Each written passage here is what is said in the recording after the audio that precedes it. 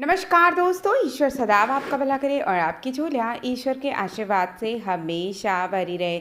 तो दोस्तों, आज बात करेंगे कि नवरात्रि के छठे दिन जिस महान देवी की आराधना की जाती है उनका नाम है माता कात्यायनी।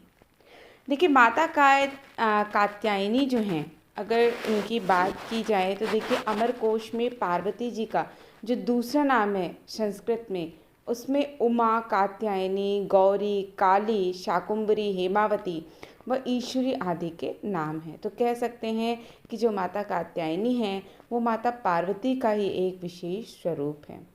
ये जो स्वरूप है ये शक्ति का स्वरूप है। इस कात्यायनी देवी ने ही महिषासुर का वध किया था और शक्ति की आदि रूपा है, और इनका उल्लेख पाणि के पातंजलि के महाभाष्य में भी किया गया है। मार्कंडेय जी के देवी महात्म्य में भी माता कात्यायनी के बारे में बताया गया है। परंपरागत रूप से यदि बात की जाए तो नवरात्रि उत्सव के छठे दिन अर्थात षष्ठी के दिन माता कात्यायनी की पूजा की जाती है। उस दिन साधक का जो मन होता है वो आग्रा चक्र में स्थित होता है।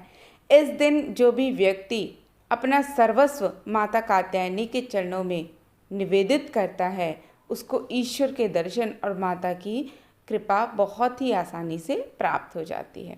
यदि बात की जाए कि माँ का नाम कात्यायनी कैसे पड़ा, इसकी क्या कथा है, तो कहते हैं कि कत नामक एक प्रसिद्ध महर्षि थे।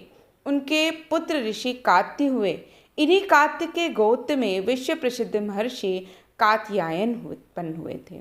इन्होंने भगवती पराम्बा की उपासना करते हुए बहुत वर्षों तक कठिन तपस्या की थी। उनकी इच्छा थी कि माँ भगवती उनके घर पुत्री के रूप में जन्म ले। माँ भगवती ने उनकी यह प्रार्थना स्वीकार कर ली। कुछ समय बाद जब दानव महिषासुर का अत्याचार पृथ्वी पर बढ़ गया तब भगवान ब्रह्मा, विष्णु, महेश तीनों ने अपने अपने तेज का अंश देकर महिषासुर के विनाश के लिए एक देवी को उत्पन्न किया। महर्षि कात्यायन ने सर्वप्रथम इनकी पूजा की। इसी कारण से यह कात्यायनी कहलाई। ऐसे भी कथा मिलती है कि वे महर्षि कात्यायन के यहाँ पुत्री के रूप में उत्पन्न हुई और अश्विनी कृष्ण चतुर्दशी को जन्म लेकर शुक्ल सप्तमी, अष्टमी और नवमी तक 3 दिन इन्होंने कात्यायन ऋषि की पूजा ग्रहण करके दशमी को महिषासुर का वध किया था।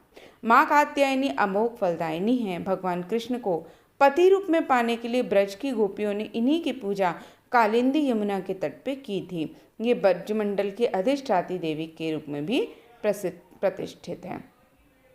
माँ कात्यायनी का जो स्वरूप है वो अत्यंत चमकीला है, बहुत ही सुनहरा है। इनकी 4 भुजाएं हैं। माता का दाहिने तरफ का ऊपर वाला जो हाथ है वो अभय मुद्रा में है तथा नीचे वाला जो हाथ है वो वर मुद्रा में है। बाईं तरफ के ऊपर वाले हाथ में तलवार है और नीचे वाले हाथ में कमल पुष्प शोभित है। इनका जो वाहन है वो सिंह है। माँ कात्यायनी की भक्ति और उपासना द्वारा मनुष्य को बड़ी सरलता से अर्थ, धर्म, काम, मोक्ष चारों फलों की प्राप्ति होती है और उसको इस लोक में अलौकिक तेज व प्रभाव से वह व्यक्ति युक्त हो जाता है।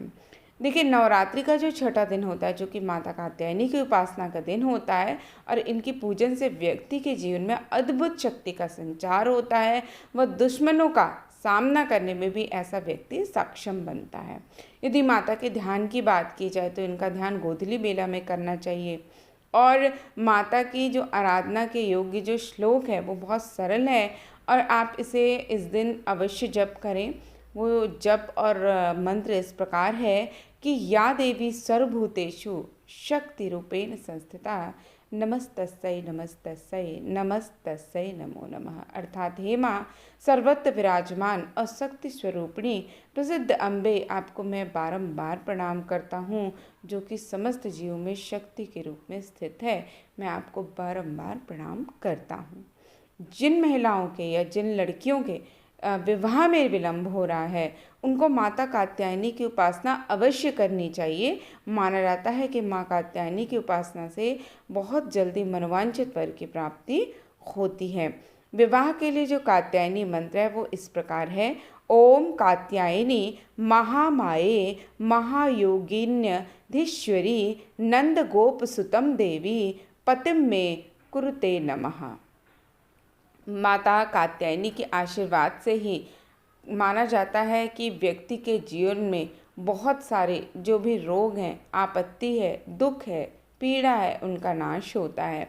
इस दिन माता को यदि आप शहद का भोग लगाते हैं, माना जाता है कि शहद और मालपुए का जो भोग होता है वो माता को जरूर लगाना चाहिए।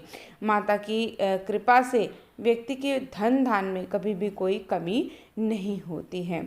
इस दिन आप माता कात्यायनी को प्रसन्न करने के लिए 3 से 4 पुष्प लेकर माता कात्यायनी के मंत्रों का जाप करें और कम से कम 108 बार इसे करें और उसके बाद उन पुष्पों को माता को अर्पित कर दें, तो निश्चित रूप से माता कात्यायनी की कृपा से आपके बहुत सारे रुके हुए काम जो हैं वो पूरे हो जाएंगे।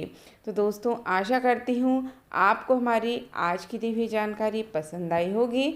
ऐसे ही रोचक जानकारियों के लिए और कथाओं के लिए कृपया आप हमारे चैनल को लाइक करें, सब्सक्राइब करें और शेयर करना ना भूलें।